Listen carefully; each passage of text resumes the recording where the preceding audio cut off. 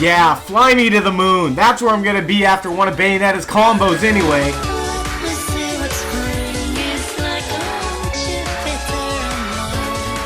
The Smash community can agree that Bayonetta is one of the strongest characters in the game. Hell, she was considered the best character in the game at her release, and a lot of top players argue that she still is the best character in the game. I mean, I personally think the best character in the game is Bayonetta right now. And even after receiving nerfs. Bayonetta is a fundamentally broken character. It's because Bayonetta plays like a Marvel vs. Capcom character. Whose idea was it to let that type of character in this game? Was it you? Or was it you? No, actually, it was the Europeans, remember? Which is funny, because Spain actually tried to ban Bayonetta at one point. Anyway, let's get on to the video. This witch needs to be burned. Salem witch trial style. Wait, Salem? Witch? Bayonetta's a witch? That's a crazy coincidence. Bayonetta's specials are the root of all evil. And by root of all evil, I mean her combo potential.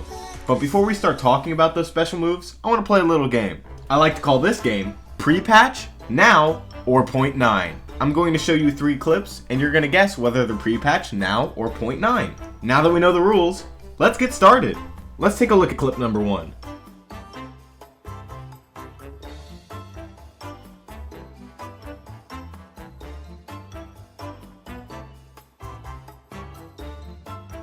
Ooh, spicy stuff. But I have a feeling clip number 2 is going to be better.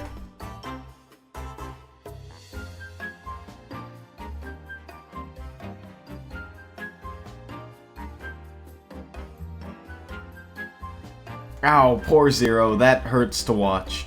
But let's round it out with clip 3.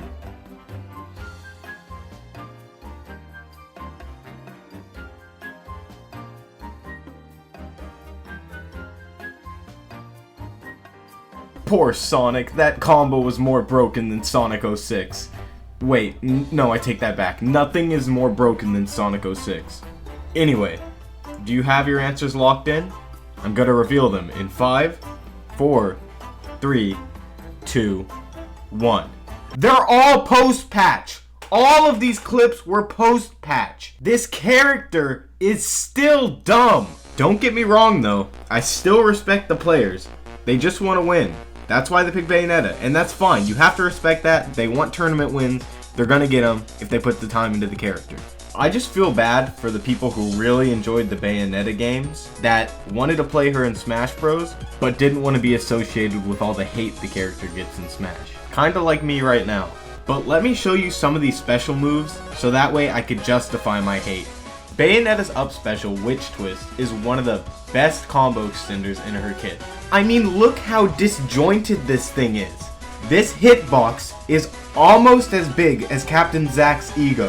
One of the other things about Witch Twist that I never understood is that no matter which side of Witch Twist you get hit by, you're always going to be sent to the front of Bayonetta so she can extend her combo. This makes offstage situations against Bayonetta so frustrating.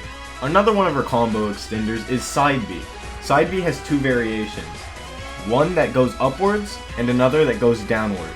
The one that goes downwards isn't as useful anymore because of the nerfs, but the upward angled one is still deadly in combos. Not only is it a reliable tool to use after your combo starters, but it drags whoever's getting hit by it upwards and out.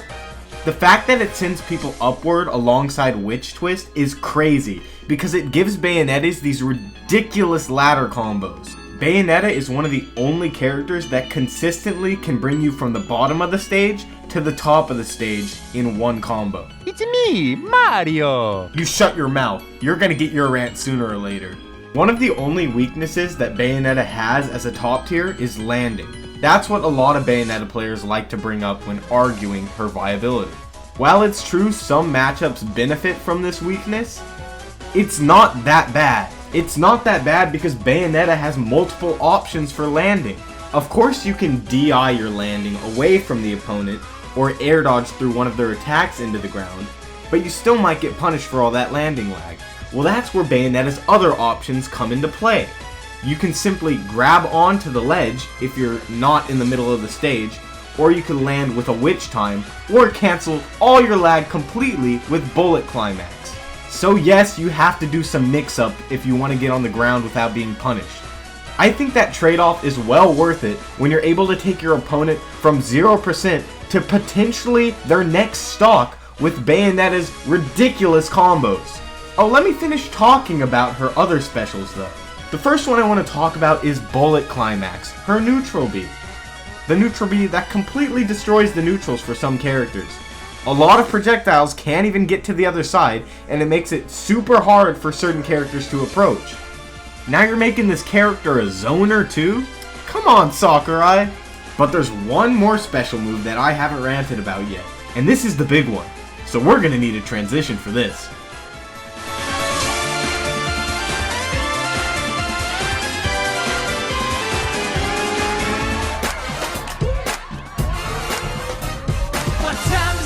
Good witch time has started. It's how it gets started. It's how it gets started. It's how it gets started. It's how it gets started.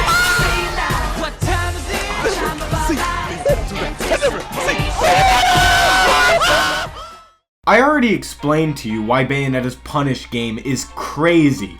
Now give Bayonetta free target practice and you're good to go. For real though, if you get hit by Bayonetta's witch time at the ledge at 0%, say goodbye to that stock. If you get hit by Bayonetta's witch time at 40% in the middle of the stage, say goodbye to that stock. If you get hit by witch time on Wall Street in 1929, say goodbye to that stock. That joke was so bad. I'm not gonna lie, when Bayonetta was revealed, her witch time looked like one of the coolest moves in the game. But after using it, and after being on the receiving end of it, it's just so stupid compared to all the other counters in the game. It doesn't matter the strength of the move you hit her with, alright? Bayonetta does not care if you hit her with Ryu's little chicken wing attack. Bayonetta does not care if you hit her with the Falcon Punch. You're going home because you mistimed one attack against Bayonetta. That's all I have to say about witch time.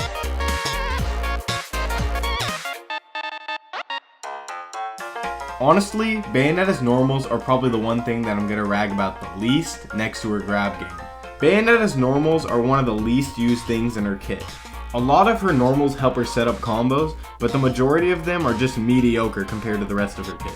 That being said, her rapid jab is probably the silliest of them all. Her rapid jab is practically inescapable.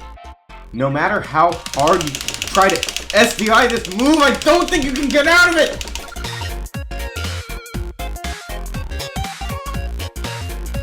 So now we come to the final chapter of our Bayonetta rant. And what better way to end it than talking about some of Bayonetta's stupidest moves. Bayonetta's aerials are what makes her one of the strongest edgeguarding characters in the game. First, let's talk about up air, which practically speaks for itself. You see Bayonetta players use this most often as a finisher for their combos and to catch landings with. You'll see it sometimes in edgeguarding, but most of the time you're going to see Nair. Nair is like a no-skill edgeguarding tool. When you hold down an aerial like Nair, its hitbox expands all around Bayonetta, which makes it super easy to get those edgeguards with. Unless you're smart with your recovery, it's easy to find yourself getting hit by this move off stage. This matchup is something else for you Little Mac players. All three of you. But you know what character has more of a hard time with Bayonetta's aerials? Fox. I think you know the clip I'm about to show you. If you follow competitive Smash, it's more than likely that you've already watched this clip. The stupidest thing about this clip though, is that this is all confirmed. These forward air to forward air to forward air to forward air combos are all true on fast fallers like Fox. It's ridiculous. And then you can finish the combo off with a triple jab in the air at the end of the stage. That's ridiculous. Solid players like Larry Lurr have the matchup experience and have the knowledge to know that these sort of things can happen. But when it does, there's just no avoiding it. You have to play Bayonetta's game if you want to win the match. And if you can't do that, expect these sorts of things to happen to you. It's just because you're bad. Learn the matchup. If you seriously think that's why most people struggle fighting against Bayonetta, then you are deceiving yourself against how good Bayonetta is. Maybe people who struggle against Bayonetta do need to pick up a new main. Maybe people who struggle against Bayonetta do need to learn the matchup.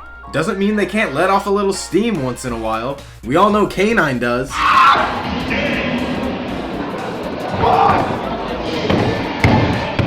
No offense to K9 though, he's the homie and he actually has changed a lot since that clip. The last aerial to talk about is down air, but to be honest, down air is just a spike that kills a little bit too early for my liking. But that's about it for the aerial. So finally, to wrap things up, here's what I think. Bayonetta's risk reward game is far too big. One single hit can lead to a devastating combo. Even other top tiers like Cloud and Diddy Kong still need to play the neutral very safe and land in those couple hits before they can use their kill move. However, winning with Bayonetta is not free. It's $5.99.